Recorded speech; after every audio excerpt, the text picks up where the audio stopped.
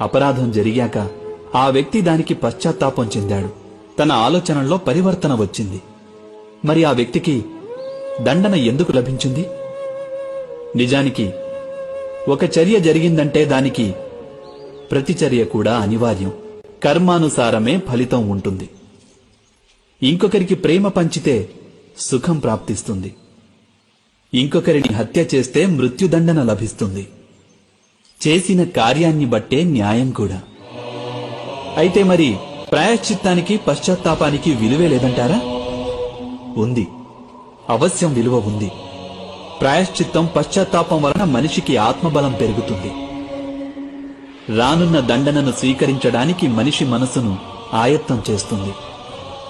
అయితే ప్రాయశ్చిత్తం లేకుండా దండనను స్వీకరించడంలో ఫలితం ఉంటుందా? మీరే ఆలోచించండి. అపరాధం జరిగాక ఆ వ్యక్తి దానికి పశ్చాత్తాపం చెందాడు. తన ఆలోచనల్లో పరివర్తన వచ్చింది. మరి ఆ వ్యక్తికి దండన ఎందుకు లభించింది? నిజానికి ఒక చర్య జరిగిందంటే దానికి ప్రతిచర్య కూడా అనివార్యం. కర్మానుసారమే ఫలితం ఉంటుంది. ఇంకొకరికి ప్రేమ పంచితే సుఖం ప్రాప్తిస్తుంది. ఇంకొకరిని హత్య చేస్తే మృత్యుదండన లభిస్తుంది. చేసిన కార్యాన్ని బట్టే న్యాయం కూడా. అయితే మరి ప్రాయశ్చిత్తానికి పశ్చాత్తాపానికి విలువే లేదంటారా? ఉంది, అవశ్యం విలువ ఉంది. ప్రాయశ్చిత్తం పశ్చాత్తాపం వలన మనిషికి ఆత్మబలం పెరుగుతుంది.